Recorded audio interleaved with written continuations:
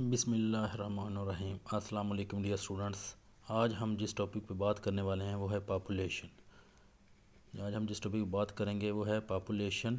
Population students क्या होती है? पॉपुलेशन को हम डिफ़ाइन करते हैं कि it is the group of organism of same species. मतलब स्पीशीज़ क्या होंगी? वो सेम होगी, सेम एरिया होगा, that is means same area और सेम टाइम।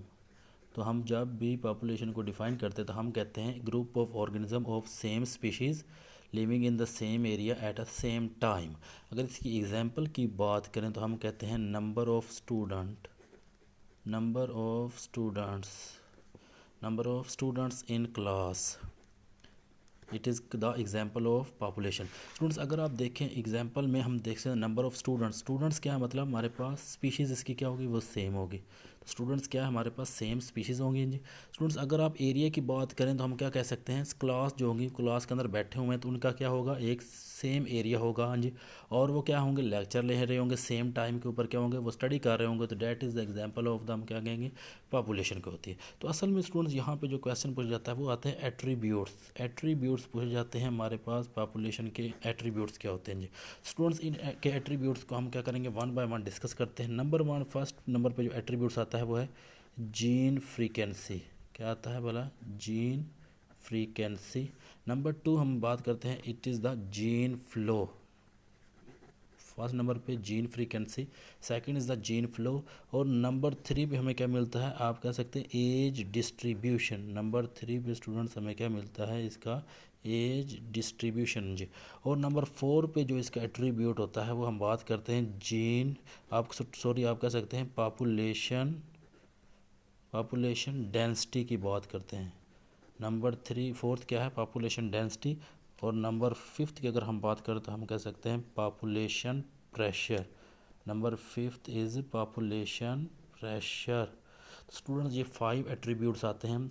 जीन फ्रीक्वेंसी को आप कहते हैं अलील फ्रीक्वेंसी भी कह सकते हैं। It is also called the allele frequency जी। स्टूडेंट जीन फ्रीक्वेंसी होता क्या है?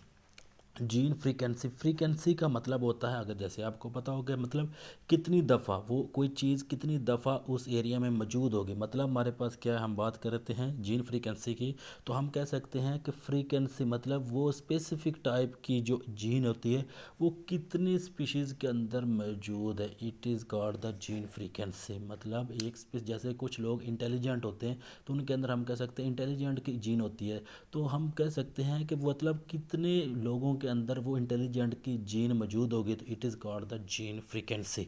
सेकंड जो टर्म आती है वो है जीन फ्लो क्या होता है?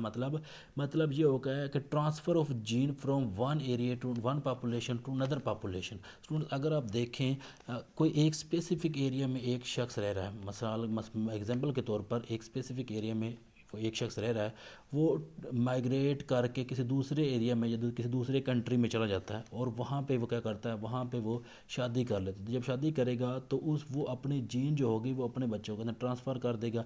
तो इससे हम क्या पता चला कि मतलब ये हुआ कि वो जो स्पेसिफिक एरिया में या स्पेसिफिक कंट्री में रहने वाला शख्स था उसने अपनी जीन किसी दूसरी एरिया या किसी दूसरे कंट्री में ट्रांसफ़र कर दी। तो it is called the gene flow. Age distribution का मतलब क्या? स्टूडेंट एज डिस्ट्रीब्यूशन का मतलब होता है कि पॉपुलेशन में सब लोगों की एज एक जैसी नहीं होगी। कुछ लोगों की एज ज़्यादा होती है और कुछ लोगों की एज जो होती है वो कम होती है। तो it is the gene distribution. Fourth number पे आता है population density. Student population density का मतलब क्या है? कि मतलब ये हुआ कि कितने एरिया में, कि एक स्पेसिफिक एरिया की जब हम किसी एरिया की बात करेंगे तो वहाँ पे पॉपुलेशन की तादाद कितनी है। It is represent the population density. कि मतलब वहाँ पे कितने लोग उस रीजन के अंदर उस स्पेसिफिक एरिया के अंदर रह रहे हैं। तो it is called the population density. Fifth number पे आता है पॉपुलेशन प्रेशर। पॉपुलेशन प्रेशर से मुराद ये होता है कि अगर किसी स्पेसिफिक एरिया पे पॉपुलेशन की स्ट्रेंथ बढ़ती है यानी उनकी तादाद बढ़ती है तो उससे क्या होगा कि वहाँ पे वो अर्थ पे क्या होगा? प्रेशर पड़ेगा। क्योंकि जो वहाँ पे जो एरिया जिस एरिया पे वो लोग रह रहे होंगे उनको डिफरेंट वसाइल की ज़रूरत पड़ेगी। वो अपने वसाइल को, अपने खुराक को पूरा करने के लिए क्या करेंगे? हाँ जी, डिफरेंट सोर्स इस्तेमाल करेंगे जिसकी मदद से क्या होगा? हमारे इन्वायरमेंट के ऊपर बैड इफ़ेक्ट पड़ेगा। तो इसको कहते हैं पॉपुलेशन प्रेशर। तो ये हमारे पास स्टूडेंट्स कुछ आप बात करते हैं पॉपुलेशन की बात और कुछ उसके एट्रीब्यूट्स थे जिसकी हमने बात की। उसके बाद स्टूडेंट्स हम बात करने वाले हैं जो है वो है सॉरी आगे जाके कम्युनिटी की बात करते हैं। तो जी स्टूडेंट्स हम बात करते हैं कम्युनिटी क्या होती है। असल में स्टूडेंट्स कम्युनिटी और पॉपुलेशन में थोड़ा सा डिफरेंस वो क्या है, वो स्पीशीज़ का डिफरेंट है। स्पीशीज़ का कैसे डिफरेंट है, पॉपुलेशन में हम बात करते हैं सेम स्पीशीज़ की, लेकिन जब हम बात करते हैं कम्युनिटी की तो हम कहते हैं डिफरेंट स्पीशीज़। क्या होंगे स्टूडेंट्स, हम बात करते हैं डिफरेंट स्पीशीज़ की। तो स्टूडेंट्स हमारे पास जो होता है, आप कह सकते हैं कम्युनिटी में स्पीशीज़ जो होंगी वो डिफरेंट स्पीशीज़ होंगी, और वो स्पीशीज़ हमारे पास क्या होगा, सेम एरिया में रह रही होगी, तो इसको कहते हैं that is called the community. Example के तौर पर अगर आप देखें तो हमारे पास एक स्पेसिफिक एरिया को में अगर आप देखें तो वहाँ पे क्या था, ह्यूमन बीइंग्स भी रह रहे थे। क्या था, एक एरिया में क्या था, ह्यूमन भी रह रहे थे और एनिमल्स भी रह रहे थे। तो स्टूडेंट्स क्या हुआ, इससे हमें पता चला कि उस एरिया में क्या था, स्पीशीज़ जो हैं वो सेम नहीं रही, स्पीशीज़ जो हैं वो डिफरेंट स्पीशीज़ हैं। तो जब स्पीशीज़ डिफरेंट हो जाएगी तो इसको नाम देते हैं हम कम्युनिटी का। स्टूडेंट्स इसमें एक वो इम्पोर्टेंट बात बताता है, वो कहता है कम्युनिटी जो है वो हमारे पास डायनामिक कलेक्शन ऑफ ऑर्गेनिज्म है। कम्युनिटी क्या है, हम बात करते हैं it is the dynamic collection of organism, dynamic collection of organism. Student dynamic collection of organism का क्या मतलब है, अगर आप बात करें स्टूडेंट्स तो डायनामिक क्या होता है, आपने टर्म्स दो तो हमेशा सुनी होगी, एक होती है स्टैटिक और एक होती है टर्म डायनामिक। स्टैटिक का मतलब स्टूडेंट्स वो होती है जो चीज़ चेंज नहीं होती, मतलब वो चीज़ कांस्टेंट रहती है, जबकि दूसरी इसके इन्वर्स होती है डायनामिक। डायनामिक के मतलब हमारे पास वो होता है कि ये चीज़ जो होगी वो कांस्टेंट नहीं रहती, मतलब कम्युनिटी जो है वो कांस्टेंट नहीं होती। कम्युनिटी अगर एक पॉपुलेशन क्या होगी, अगर एक स्पीशीज़ की पॉपुलेशन बढ़ रही है तो दूसरी स्पीशीज़ की पॉपुलेशन कम होना शुरू हो जाती है, और अगर दूसरी पॉपुलेशन की स्ट्रेंथ जो होगी वो बढ़ रही है तो पहले की पॉपुलेशन वो कम होना शुरू हो जाएगी।